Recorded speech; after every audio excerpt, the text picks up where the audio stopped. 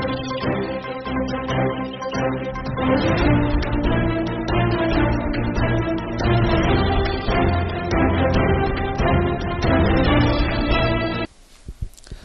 आवाज पे आज मुलाकात कर रहे हैं संयुक्त अभिभावक संघ अमित संगानी जी। आप लीगल देखते हैं और लीगल सेक्रेटरी हैं। आप अरविंद जी अग्रवाल साहब हैं, आप प्रेसिडेंट हैं संयुक्त अभिभावक संघ के। आप स्पोक पर्सन हैं अभिषेक जी जैन जी। अमित जी, मैं आपसे शुरुआत करना चाहूँगा। जो अभी काफ़ी टाइम से जो कोरोना के बाद ड्यूरेशन के बाद स्कूल जो कमेटी और जो सुप्रीम कोर्ट का डिसीजन आया, फीस पे आया डिसीजन, एग्जामिनेशन पे आया, ऑनलाइन ऑफलाइन की बहुत सारी चीज़ों पे इश्यूज हैं, अभी भी एग्ज़ाम चल ही रहे हैं, तो आप इस पे क्या कहना चाहेंगे? और फीस एक्ट जो राजस्थान सरकार के द्वारा जो प्राइवेट स्कूल एक्ट बनाया गया, उस एक्ट के में क्या प्रावधान है, फीस का क्या प्रावधान है? मैं समझता हूँ उस एक्ट के हिसाब से प्राइवेट स्कूल की फीस 50% तक कम हो सकती है। इस पे आपका क्या कहना है? थोड़ा मेरा बस इतना थोड़ा ही। मैं चाहूँगा हमारे व्यूअर्स से आप अपना एक इंट्रोडक्शन दीजिए, आप अपना परिचय दीजिए, आप लीगली क्या क्या देखते हैं और मेरा नाम संयुक्त अभिभावक संघ में आप क्या देखते हैं? मेरा नाम अमित संगानी है और मैं संयुक्त अभिभावक संघ में सेक्रेटरी लीगल के पद पे हूँ जी। और ये जो कोविड काल के अंदर फीस का जो इशू क्रिएट हुआ और उस इशू के अंदर हम कई लोगों से मिले, काफ़ी लोगों से मिलते हुए मेरी बच्ची जो जिस स्कूल में पढ़ रही थी वहाँ पे स्कूल की फ़ीस को लेके कुछ इश्यूज क्रिएट हुए। जब एज ए लीगल फील्ड से होने के नाते मैं उस समय फीस एक्ट को नहीं देख पाया, ऐसा मान लें। होता है, कुछ चीज़ें ऐसी होती है कि 2016 का फीस एक्ट था, उसके बाद में काफ़ी कमेटियाँ बनी, सब कुछ बनी, हमने स्टडी नहीं किया। जैसे नॉर्मल अभिभावक फीस देता है हम भी देते रहे, कोई विवाद था नहीं, क्योंकि देना था, बच्चे को पढ़ा रहे हैं प्राइवेट स्कूल के अंदर, देनी है, हम देते आ रहे हैं, चलते आ रहे जा रहा है। ये जब कोविड सिचुएशन आई, जब स्थितियां विकट हो गई, पैसे की समस्याएं आ गई, जब ये समझ में आया कि ये क्या चीज़ है, फीस एक्ट क्या है, जब हमने इसको पढ़ा, स्टडी किया, मैंने इसको देखा, तो उससे मुझे पता चला कि सेक्शन 3, सेक्शन 4, सेक्शन 6 और सेक्शन 8, बेसिकली ये 3-4 सेक्शन इंपॉर्टेंट है। 3 फीस के बारे में कहता है कि कोई भी स्कूल जो है, प्राइवेट स्कूल जो है, फीस एक्ट के अंदर जब तक फीस कमेटी का गठन नहीं करेगा, फीस एक्ट के अकॉर्डिंग जो फीस है वो जब तक नहीं बनाएगा, वो फीस चार्ज नहीं कर सकता है। अल्टीमेटली बेसिक पर्पस जो एक्ट का था, 2016 एक्ट जो लाया गया, सरकार के द्वारा जो एक्ट लेके आए, वो यही था कि फीस पे प्राइवेट स्कूल जो है मनमानी है, बढ़ा रहे हैं, उसकी कैपिंग किस तरह की जाए, सरकार किस तरह से उसको दखल दे सकती है, उस हिसाब से इस एक्ट को बनाया। जिसके अंदर मुख्य रूप से जो भूमिका उसमें डाली सरकार ने, वो एक डाली पेरेंट्स की, क्योंकि पेरेंट्स को फीस देनी है, डायरेक्ट इन्वॉल्वमेंट पेरेंट्स का रहा, टीचर का रहा और स्कूल मैनेजमेंट का रहा। वो बैठ के एक फीस को डिटरमाइन करेंगे, तय करेंगे। मैनेजमेंट जो फीस बताएगा उसको बैठ के तय किया जाएगा, उनके जो भी स्कूल के खाते हैं उनको देखा जाएगा, उसके आधार पे फीस का निर्धारण किया जाएगा। निर्धारण से मतलब है कि अगर मैनेजमेंट के खर्चे या सैलरी खर्चे, हाँ, जो है ऑल एक्सपेंसेस, और कितना बढ़ेगा, फीस कितनी दी जाएगी, इंफ्रास्ट्रक्चर क्या होगा, नया इंफ्रास्ट्रक्चर क्या डेवलप होगा, उसके आधार पर फीस का निर्धारण उनको करना है। तो वो सारी चीज़ें जो हैं वो एक पटल पे आ जाएगी और उसमें जो है पेरेंट्स का इन्वॉल्वमेंट हो जाएगा, ताकि पेरेंट्स को ये ध्यान रहे कि मैं फीस कहाँ दे रहा हूँ, किस खर्चों में दे रहा हूँ, किस मद में दे रहा हूँ और क्या स्कूल के खर्चे हुए हैं। हो सकता है स्कूल के खर्चे कम हुए हैं तो फीस का डिटर्मिनेशन कम आधार पर होगा। एक्ट के तहत मेजर बात यह है कि school institution, private school institution किसी भी तरह का प्रॉफिटेबिलिटी जनरेट नहीं कर सकता, अनएक्सेस प्रॉफिटेबिलिटी जनरेट नहीं कर सकता। वो केवल फीस प्लस वो जो इंफ्रास्ट्रक्चर में जो उसको डेवलपमेंट में लेना है 5 से 10 सालों का, वो उसका खर्चा ऐड करके वो फीस डिसाइड कर सकता है। मोटा मोटा ये है। भाई कुल मिला के बात है, प्रॉफिटेरिंग तो वैसे भी स्कूल नहीं कर सकता है। जो संस्थाएं स्कूल है उनके लिए क्लियर कट सुप्रीम कोर्ट के जजमेंट भी हैं, और अभी रिसेंट जजमेंट 3 मई जो 21 को आया, उसमें भी सुप्रीम कोर्ट ने बड़ा स्पष्ट रूप से ये कहा है कि स्कूल किसी भी तरह से प्रॉफिटेरिंग नहीं करेंगे। सुप्रीम कोर्ट ने ये भी माना कि कोविड काल के अंदर जो स्कूलों के खर्चे कम हो गए, अगर वो स्कूल वसूल कर लेती है तो वो प्रॉफिटेरिंग कहलाएगा। ठीक है, इसीलिए उन्होंने 15% का जो कैपिंग दिया, उनका ये मानना था कि ये 15% जो खर्चा इनका नहीं हुआ है, ये virtually it is a profiteering, so therefore इनको कम करना चाहिए, क्योंकि ये खर्चा हुआ नहीं तो वो लेना के हकदार भी नहीं है। उस आधार पे सुप्रीम कोर्ट ने इस बात को माना और उन्होंने ये कहा कि प्रॉफिटिंग स्कूल किसी भी तरह से नहीं कर सकती है, किसी भी तरह से नहीं कर सकती है, बिल्कुल नहीं। तो फीस एक्ट को थोड़ा सा मैं चाहूँगा पेरेंट्स को भी क्यों नहीं इन्वॉल्वमेंट क्यों नहीं हो रहा पेरेंट्स का। मैं समझता हूँ अभी भी फीस अभी प्राइवेट स्कूलों की मैक्स मतलब मिनिमम 20% ऐसे स्कूल हैं जिनकी फीस मतलब 50% से ज़्यादा जा रही है। अगर इस एक्ट के हिसाब से समझा जाए, चीज़ों को समझा जाए, स्कूल के खर्चों को समझा जाए, इंफ्रा और स्कूल की फैसिलिटीज़ को समझा जाए जो भी वो दे रहे हैं, स्टडी के साथ टीचर का जो सैलरी हो गया, अदर फैसिलिटीज़ हो गई, और एक स्टैंडर्ड के हिसाब से देखा जाए तो मैक्सिमम वो 50% मैं समझता हूँ हो सकता है। एटलीस्ट 50% का रिड्यूशन हो सकता है, अप टू 50%। वो बार बार यही बात आती है कि 50% कम। अब ये कम होगा कैसे? कहने का मतलब है कि कहीं तो ये फिगर आया होगा 50% का। तो ये फिगर कैसे आया वो मैं मेरे हिसाब से बताता हूँ। जब 2016 में फीस एक्ट आया तो पहली फीस का जो डिटर्मिनेशन था वो 2017-18 में स्कूल को करना था। तो हम अगर उसको एक बेस ईयर माने तो 2017-18 बेस ईयर होना चाहिए था फीस का। स्कूलों ने 2017-18 में कोई भी कमेटियां नहीं बढ़ाई, अपनी मर्जी से फीसों को बढ़ा दिया। अच्छा, बढ़ा दिया। मेरा ये कहना है जैसे 2016 के अंदर कोई फीस 70 रुपये या 80 रुपये या 100 रुपये थी, यूँ मान लेते हैं, और 17-18 में स्कूल ने उसको 30 रुपये बढ़ा दिया, 30 रुपये 130 कर दिया। तो फीस एक्ट के अकॉर्डिंग उनको वो फीस को डिटरमाइन करना था, और फीस एक्ट के अकॉर्डिंग 2017-18 की जो फीस थी वो 3 साल तक एप्लीकेबल रहेगी। मतलब मेरा ये कहना है नेक्स्ट 3 इयर्स तक एक बार जो फीस डिटरमाइन होगी वो अगले 3 साल तक सेम रहना चाहिए, कैरी ऑन रहेगी, ये होना था। पर स्कूलों ने क्या किया कि each and every year 17-18, 18-19, 19-20 year to year 15%, 20%, 15%, 20% without any reason, without formation of committee वो बढ़ा दिया। तो हमारा ये मानना था कि अगर हम 2017-18 बेस ईयर को अपन साथ में लेके, और आज की तारीख में अगर फीस कमेटी इन्होंने जो गठित ही नहीं करी सुप्रीम कोर्ट के ऑर्डर के हिसाब से, तो फीस का जो डिटर्मिनेशन है आज की तारीख में अगर कमेटी करेगी तो वो 17-18 की जो बेस फीस थी उसके हिसाब से अपन कैलकुलेट करेंगे। तो अगर वो प्रॉपर तरीके से उसको इम्प्लीमेंट कर देती सरकार, या कर दे, अब कोर्ट भी कर दे, या कैसे भी हम करा पाएँ, तो वो अल्टीमेटली फीस 50% कम हो जाएगी। हमारा ये कहना है, मतलब हमारा ये मानना है। ये नहीं है कि आज डिटर्मिनेशन हो जाएगा इसलिए आज अगर प्रॉपर डिटर्मिनेशन हो जाएगा तो 50% होगा, हो सकता है कि फीस ज़्यादा भी हो। मेरा ये कहना है कि फीस का जो क्राइटेरिया है, जो फीस का डिटर्मिनेशन एसएलएफसी करेगी, वो ही उसका ये मतलब है कि ये पर्टिकुलर ईयर की फीस का डिटर्मिनेशन है। उसका डिटर्मिनेशन कैसे है? पुराने खर्चों से है, पहले वाले खर्चों से है। अब इस कोविड सिचुएशन के अंदर मैं एक एग्जांपल देता हूँ, 2 साल कोविड रहा है, स्कूल के सुप्रीम कोर्ट के जजमेंट के हिसाब से 15% तो बेयर मिनिमम खर्चे कम हुए हैं, सुप्रीम कोर्ट ने माना है।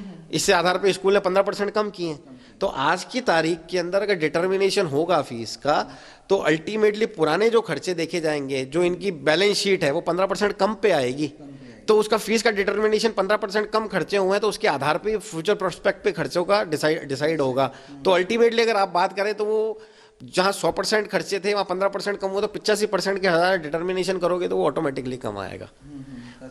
ये है बेसिकली। जो स्कूल लेवल कमेटी होती है, इसको थोड़ा और आप हमारे व्यूअर्स के लिए डिफाइन करें। इस कमेटी में पेरेंट्स होते हैं या टीचर होते हैं, स्कूल मैनेजमेंट कमेटी होती है, तो पेरेंट्स का क्या रोल होता है, टीचर का क्या रोल रहता है, और वो रोल क्या सभी पेरेंट्स को स्कूल ये कन्वे कर रहा है कि इस तरह की कमेटी है और इस कमेटी के ये मेंबर है। क्योंकि जब तक पेरेंट्स को, स्कूल के सभी पेरेंट्स को बाय नोटिफिकेशन, जैसे नोटिस देते हैं, फीस का नोटिस दे देते हैं, दूसरी चीज़ों का नोटिस देते हैं, तो उस कमेटी को भी डिफाइन करके कहीं ना कहीं बोर्ड पे आना चाहिए ना कि ये कमेटी अवेलेबल है, आप सहयोग के लिए, आपकी हेल्प के लिए किसी तरह का इशू हो तो पेरेंट्स इस कमेटी को कॉन्टैक्ट कर शिकायत कर सकता है। लिखित में कोई शिकायत करता है, ये भी शिकायत मिलती है कि कोई भी एप्लीकेशन लिखित में अगर पेरेंट्स देता है तो उसका रिटर्न रिस्पॉन्स नहीं आता, मतलब उसको एक्सेप्टेंस नहीं आता कि हमने ये एप्लीकेशन ली है।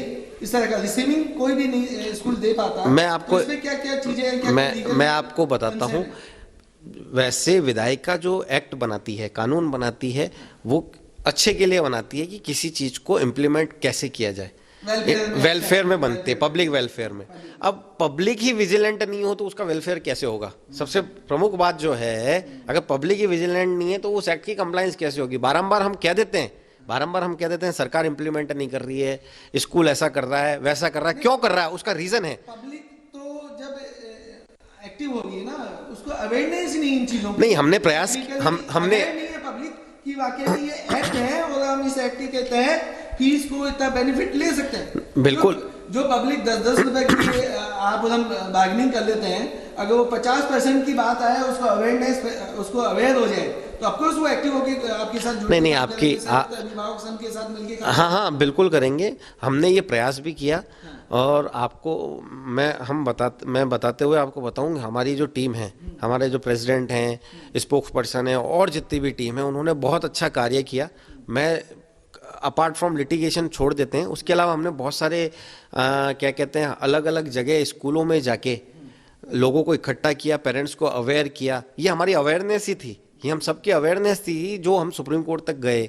ये हमारी अवेयरनेस थी कि गवर्नमेंट ने जो है कोविड सिचुएशन के अंदर फीस लेने से मना किया प्राइवेट इंस्टीट्यूशन को। ये हमारी अवेयरनेस थी कि फर्स्ट टाइम गवर्नमेंट ने ये कहा कि 2016 फीस एक्ट का इम्प्लीमेंटेशन होना चाहिए। ये हमारी अवेयरनेस ही है कि आज ऑनलाइन ऑफलाइन का आपने देखा होगा मुद्दा चल रहा था, उसमें शिक्षा मंत्री जी को इन्वॉल्वमेंट होना पड़ा, डीओ साहब को ऑर्डर निकालने पड़े, अब स्कूल वापस ऑनलाइन ऑफलाइन दोनों एग्जाम लेने लग गया है। ये हमारी अवेयरनेस है। हम ये नहीं कह सकते अवेयर नहीं हुए, अवेयर हुए हैं, मगर अभी और जागरूक लोगों को करना है हमें।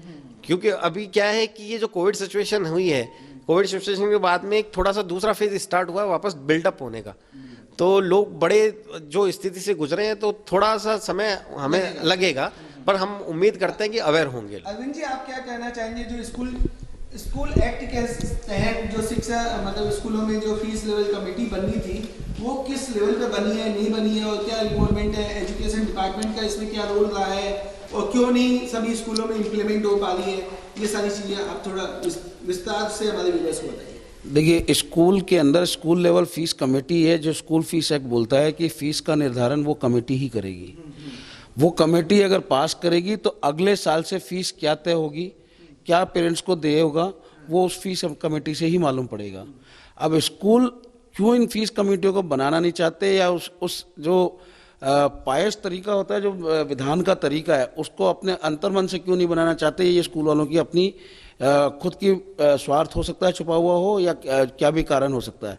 लेकिन फीस कमेटी जो बोलती है, उसके अंदर पीटीए का गठन, पेरेंट टीचर एसोसिएशन का गठन होना जरूरी है।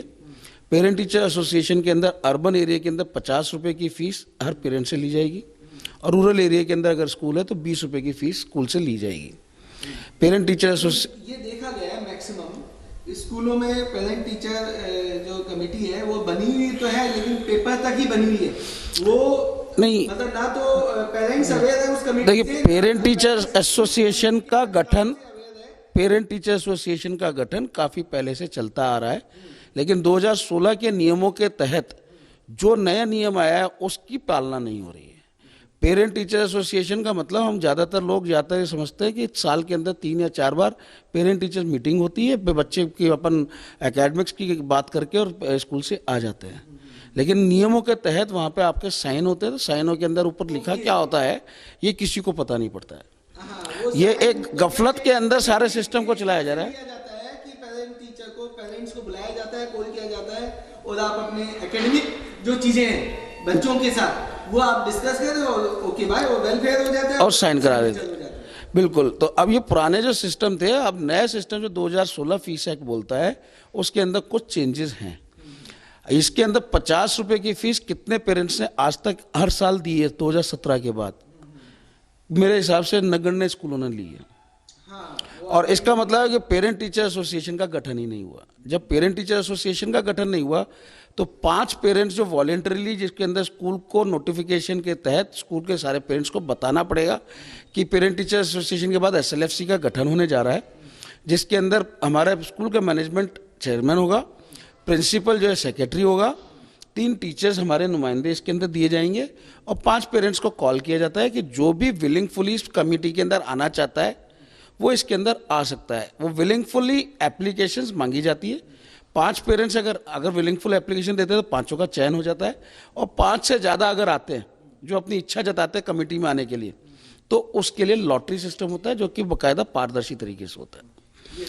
ये चीज़ें जो हैं पारदर्शी तरीके से किस तरीके से मैनेज करता है स्कूल, 2-4 स्कूलों में जो इस साल से हुआ है, तो कहीं ना कहीं मैलिफाइड इंटेंशन से अपने जानकार पेरेंट्स को उसके अंदर लेके और एसएलएफसी के अंदर गड़बड़ करने का मादा लेके इन कमेटियों का गठन 2-4 स्कूलों में किया गया है। और जहाँ तक विभाग की बात है, विभाग अब तक 2017 से लेके अब तक जहाँ तक हमने देखा, एक रिपोर्ट भी ली गई थी।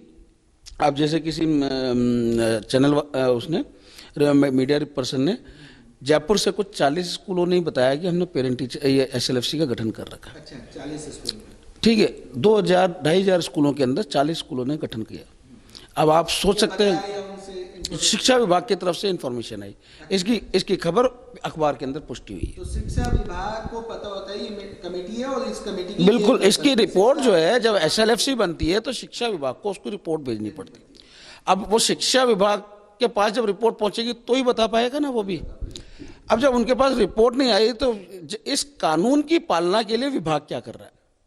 वो सुषुप्त बैठा है, और इस सुषुप्तीकरण से स्कूलों को बहुत ही ज्यादा इनडायरेक्टली सपोर्ट मिलता है। सपोर्ट दे रहे हैं, बेनिफिट तो अपने सिस्टम को, कानून के राज को अगर विभाग अपने कार्रवाई पूरी नहीं करेगा, शिक्षा विभाग जिम्मेदार, बिल्कुल वो नहीं करेगा, अपनी जिम्मेदारी नहीं लेगा। इसीलिए जो पेरेंट्स आज तक शिकायत करते आ रहे हैं, हमें लगता है जिन कार्रवाइयों को उनको पहले कर लेना चाहिए था, आज उसका भांडा फोड़ हो जाएगा। इसलिए विभाग आज भी उसी डर्रे पे चल रहा है। आप मतलब दबाते रहेंगे इस तरह की चीजों को। देखिए, ये तो पाप का घड़ा है, कब तक बढ़ेगा? जब तक भरेगा तो उसके बाद फैलेगा। इसके लिए कौन कौन जिम्मेदार हो सकते हैं? ये शिक्षा विभाग पूरा जिम्मेदार है। अच्छा, पूरा शिक्षा विभाग जिम्मेदार है, जो संरक्षण दे रहा है प्राइवेट स्कूलों को। जिस तरीके की उन्होंने करतूतें की, क्यों दिया जाता है? आप अगर अमित जी, थोड़ा आप ज्यादा बेटर रूप से आप लीगल मेरा ये शिक्षा विभाग जब कमेटी शिक्षा विभाग तक पहुंचनी चाहिए, हर स्कूल को कमेटी बना के शिक्षा विभाग को इन्फॉर्म किया जाता है। अब वो कमेटी नहीं बन रही है, शिक्षा विभाग भी उसको अनदेखी कर रहा है, तो क्या किस तरह के नियम कायदे अप्लाई होते हैं? क्या डिपार्टमेंट में भी कोई आधार होता है? क्योंकि जब सरकार ने एक्ट बना दिया, एजुकेशन एक्ट, और उस एक्ट की पालना पर्टिकुलर उस सरकारी डिपार्टमेंट नहीं करा पा रहा है, तो उसके अधिकारी और मंत्री संतरी कौन जिम्मेदार है इसका? सरकार आपकी हमारी अवेयरनेस नहीं, वो अवेयरनेस तो सबसे बड़ी इंपॉर्टेंट बात है। दूसरी बात, हम अवेयर नहीं है, इसी वजह से ये सब चीज़ें हो रही हैं। ये जो अभी अरविंद जी ने बताया कि 20 स्कूल, 40 स्कूल या 50 स्कूल, मेरा ये मानना है कि फीस एक्ट की कंप्लाइंस की जो बात है, कागजों के अंदर कमेटियां बनती है, डीओ के पास में लेटर चला जाता है इन्फॉर्मेशन का, डीओ उस पर ध्यान इसलिए नहीं देता है कि एक खानापूर्ति होती है उनके लिए, जब तक कोई शिकायत नहीं है, जब तक खानापूर्ति है वो अपनी खानापूर्ति कर लेते हैं। क्योंकि RT पोर्टल जो है, राइट टू इन्फॉर्मेशन जो पोर्टल है, उस पर स्कूल को अपनी फीस बतानी पड़ती है। मेरा ये कहना है कि ये कमेटी बनती है नहीं बनती, ये तो बात की बात है। वो अपनी खानापूर्ति वो RT पोर्टल के माध्यम से कर देते हैं, पर्टिकुलर मैनेजमेंट के हस्ताक्षर हो गए, फीस कमेटी के हस्ताक्षर हो गए, इस तरह की ये खानापूर्तियाँ हो जाती है। तो उसके बारे में जब तक पेरेंट्स अवेयर नहीं होगा, विभाग तो ही है जिम्मेदार, इसमें कोई दो राय नहीं है। डीओ का कर्तव्य है कि वो जांच करें, सब चीज़ करें। उसमें ऑप्शन दे रखा है, SLFC जब बनती है, फीस का डिटर्मिनेशन होता है, सब चीज़ें होती है, तो डीओ अगर चाहे तो वो इन्फॉर्मेशन मांग सकता है। अच्छा, डीओ चाहे तो इन्फॉर्मेशन मांग सकता है। तो चाहेगा कब? चाहेगा जब हम उसको अवेयर करेंगे। एक चीज जब तक हम उसकी ड्यूटीज में आता है, बिल्कुल आता है, पर आप समझे नहीं, रीजन है कि उनको बेनिफिट है ultimately, indirectly exactly indirectly benefit है। इसीलिए वो ये ध्यान नहीं दे पाते हैं, नहीं देते हैं। उनको ये लगता है प्राइवेट स्कूल के अंदर जो अभिभावक पढ़ा रहे हैं उनके पास पैसा है, पढ़ा तो रहे हैं, इसीलिए पढ़ा रहे हैं। मतलब स्कूल लूट सके तो लूट लें, यूं मान लें आप। इसकी लूट का नाम ही तो है। अल्टीमेटली बात तो यही है। अल्टीमेटली संस्थानों को फीस की लूट के नाम पे तो खराब किया जा रहा है। अल्टीमेटली कहानी तो इसी तरह की है। कुछ बड़ी आप बोल सकते हैं, समुद्र में बड़ी मछलियां हैं। क्योंकि आप ये देखेंगे प्राइवेट इंस्टीट्यूट हैं किनके, ये आपको भी पता है, हमें भी पता है, नाम लेने की आवश्यकता नहीं है। ये जो सरकार में बैठे लोग हैं, सरकार में बैठे हैं काफ़ी हैं, उनके सबके मैनेज स्कूल चल रहे हैं, कितने मेडिकल कॉलेजेस चल रहे हैं। कॉलेजेस की बात करें तो हम कॉलेजेस में आ जाएं, प्राइवेट ये जो स्कूल का जो बिजनेस है अल्टीमेटली बहुत बड़ा है। ये सारी चीज़ें जो है वो इसी वजह से जो है ये सुषुप्त हो जाती है, सब चीज़ें चली जाती है। विभाग कोई ध्यान देता नहीं है। विभाग क्यों लगाएगा दिमाग अपना, जब तक उसके ऊपर मार नहीं पड़ेगी, जब तक कोर्ट की मार नहीं पड़ती है, जब तक विभाग ध्यान देता नहीं है। संयुक्त अभिभावक संघ जो है आप लोगों ने गठित किया है, आप थोड़ा आप अपना भी परिचय दें। ये युवराज, मेरा नाम युवराज असीजा, मैं संयुक्त अभिभावक संघ में जयपुर जिला अध्यक्ष देख रहा हूँ, जयपुर देख रहा हूँ। तो युवराज जी, आपने जयपुर के जिला अध्यक्ष हैं, तो आपने जयपुर में मतलब किस तरह से अवेयरनेस और किस तरह की एक्टिविटीज की जो अवेयर होके पेरेंट्स आपसे जुड़े और जो भी इस तरह की धांधलियाँ हो रही हैं, घोटाले हो रहे हैं या पेरेंट्स को इस तरह के टॉर्चर किया जा रहा है एजुकेशन और सिस्टम के नाम से या बच्चों के बिहाफ पे, तो उस पर आपका क्या कहना है? सर, हमारे संघ की तरफ से कई तरह के कार्यक्रम इसके आयोजित किए गए हैं और कई तरह से पेरेंट्स को अवेयर किया गया है। पेरेंट्स की शिकायत पे भी हम लोगों ने काफ़ी कार्रवाई की है और एक्चुअली दिक्कत ये है कि जो राजस्थान सरकार ने स्कूल फीस एक्ट बनाया है उसके लिए उसको लेकर के पेरेंट्स अवेयर नहीं है, उसकी कोई डिटेल्स किसी के पास नहीं है, ना वो जानते हैं ये चीज़ क्या है, अवेयरनेस बिल्कुल नहीं है। जैसे एक छोटी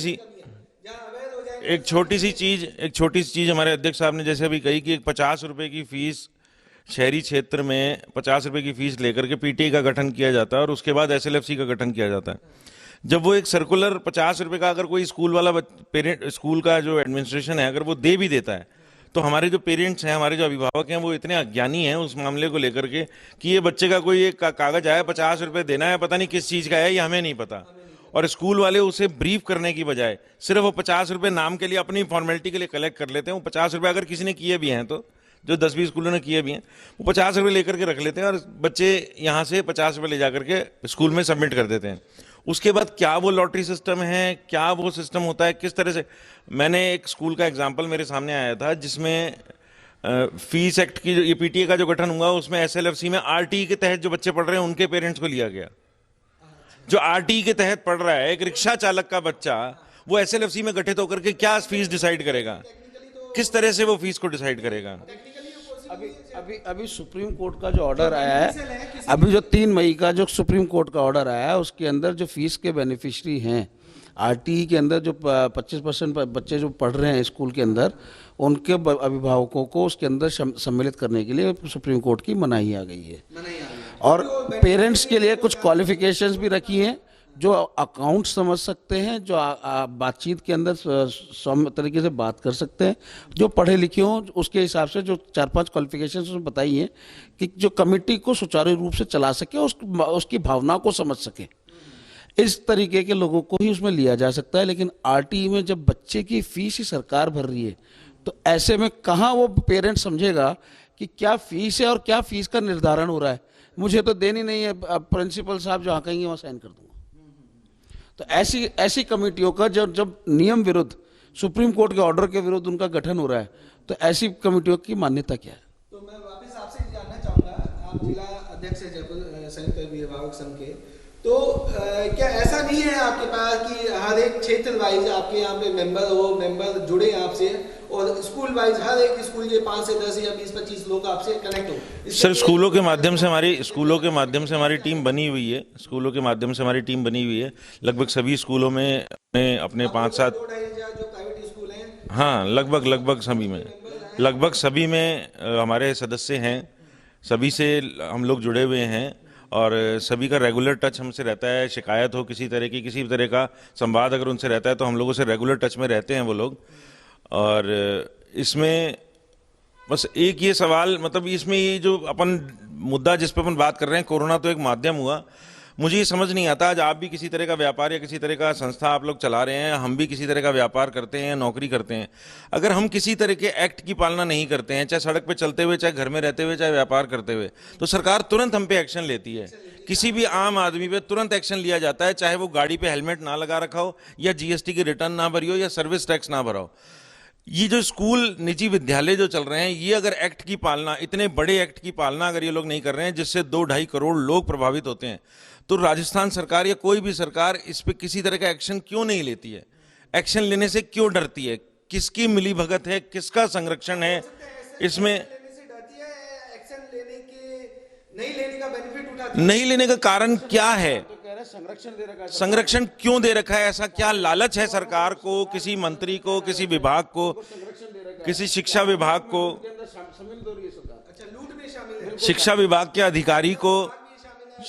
अधिकारी को किसी मंत्री ने आदेश दिए हैं या किसी और ने आदेश दिए हैं? पूरा 8 करोड़ जो जनता, जो राजस्थान की सरकार चुनती है, जो अपने प्रतिनिधि चुनते हैं, उन सबको मतलब उनके मतदान को तक को उनका अपमान कर रही है, क्योंकि जो एक्ट बनाया गया वो पर्टिकुलर किसी आम आदमी की तरफ से नहीं बनाया गया, वो राजस्थान सरकार की तरफ से बनाया गया, जिसको 200 प्रदेश के जितने भी विधायक उसको समर्थन देते हैं, और जो समर्थन देते हैं वो विधायक वो राजस्थान की जनता के विश्वास के ऊपर उनको समर्थन देते हैं, ना कि पर्टिकुलर किसी एक स्कूल वाले की समर्थन के उसके ऊपर समर्थन देते हैं। तो आंखें मूंद कर सरकार बैठी है, और ओवरऑल मामला ये रहा कि आंखें मूंद कर सरकार बैठी है, अधिकारी और जो भी शिक्षा विभाग के अधिकारी हैं, मंत्री संत्री हैं, उनको डायरेक्ट और इनडायरेक्ट कहीं ना कहीं बेनिफिट हो रहा होगा मे बी, जब भी वो खुल के इसके खिलाफ कार्रवाई नहीं करें। शिक्षा का आम आदमी जो सड़क पे चलता है, अगर थोड़ा सा अगर वो नियमों का अवहेलना करता है तो उसके खिलाफ चालान या दूसरी किसी भी तरह की कार्रवाई तुरंत होती है सर।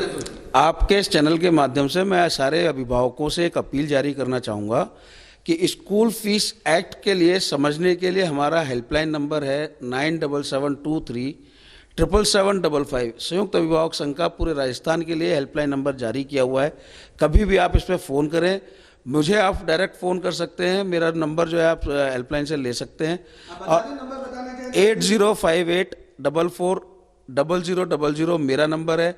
आप कभी भी मुझसे संपर्क कर सकते हैं। कोई भी अभिभावक जो इसकी परेशानी के अंदर है वो बताए स्कूल की क्या हठधर्मिता चल रही है और उसके ऊपर क्या एक्शन लिया जा सकता है, नियम समेत जो कार्रवाई की जाएगी उसके अंदर हम आपकी पूरी हेल्प करेंगे। और स्कूलों से डरने की कोई ज़रूरत नहीं है, वो आपका बच्चे का भविष्य नहीं बिगाड़ सकता है। आज आप हिम्मत दिखाइए, कानून के राज के अंदर सरकार को भी आपको संरक्षण देना पड़ेगा। आज कोर्ट के अंदर, उदयपुर के अंदर भी अगर बात होती है तो कोर्ट ने भी ये कहा है, ये माना है कि भले ही अभिभावक कोई भी सबूत ना दे पाए, लेकिन बच्चों की शिक्षा को किसी भी तरीके से हैम्पर नहीं किया जाता, परीक्षा से किसी भी तरीके से वंचित नहीं किया जाता। कोर्ट का मानना बिल्कुल ये है, देश संवैधानिक देश है, कानून का राज है, और कोर्ट के अंदर नियमों की पालना ही होती है। आपको किसी भी तरीके से अगर लगता है कि आपके स्कूल के अंदर कोई भी नियम विरुद्ध कार्रवाई हो रही है या फीस के अंदर किसी भी तरीके से उसका तय किया जाना गलत तरीके से, तो संयुक्त अभिभावक संघ के पास आइए, आपको पूरी विधिक और पूरी इसके अंदर जिम्मेदारी के तहत आपके साथ कार्रवाई की जाएगी। जहां शिकायत करनी, शिकायत करके और कोर्ट भी जाना पड़ा तो हम आपके साथ हैं।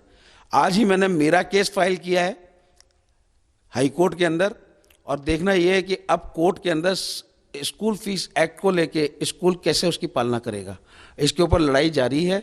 और सारे अभिभावकों के साथ में मैं अपील करता हूं कि सब मिलके सामने आए और अभिभावकों की एकजुटता बनाएं, और ये फीस के नाम पे जो लूट है और जिन जिन लोगों ने इसके ऊपर संरक्षण दिया हुआ है, इसका पूरा भंडाफोड़ करें और अपने पैसे बचाएं। और जो नियम कानून का जो दर्जा है, कानून का राज, उसको हम साबित करेंगे, कानून का राज को हम पूरा का पूरा शासित करेंगे। आपकी आवाज़ और श्री अरुण कुलवाल जी का हम हार्दिक अभिनंदन करते हैं, जिन्होंने हमें यह अवसर दिया कि अभिभावकों तक जो सुप्रीम कोर्ट के ऑर्डर हैं, जो निजी स्कूलों को लेकर जो फीस एक्ट बना हुआ है उसकी पालना सुनिश्चित करने को लेकर जो अवेयरनेस अभिभावकों के अंदर कमी दिख रही है, उन चीज़ों को इस प्लेटफॉर्म के माध्यम से लोगों तक पहुँचाने का जो मार्ग आप लोगों ने प्रदान किया, उसके लिए संयुक्त अभिभावक संघ और राजस्थान का प्रत्येक अभिभावक, जो राजस्थान की 2 करोड़ अभिभावकों की जो पॉपुलेशन है, वो तक भी उनकी तरफ से भी हम लोग आपका हार्दिक धन्यवाद ज्ञापित करना चाहते हैं। और हम चाहते हैं कि इसी तरह लगातार ये जिस तरह का ये अवेयरनेस कार्यक्रम है ये कंटिन्यू लगातार चलता रहे। जो भी अभिभावक, हम कोशिश करेंगे कि जो ऐसे पीड़ित अभिभावक जिनकी सुनवाई कहीं पे भी नहीं हो रही है, अगर आपके चैनल के माध्यम से, आपके प्लेटफॉर्म के माध्यम से अगर वो भी अगर उनकी आवाज़ भी अगर जन जन तक पहुँच सके, जिससे लोगों में अवेयरनेस आ सके, तो वो भी हम प्रयास करेंगे। हम कंधे से कंधा मिलाकर प्रत्येक अभिभावक का साथ निभाएंगे, प्लस उसके लिए जो आपका सहयोग हमें प्राप्त होगा उसके लिए हम शुक्रगुजार रहेंगे। धन्यवाद।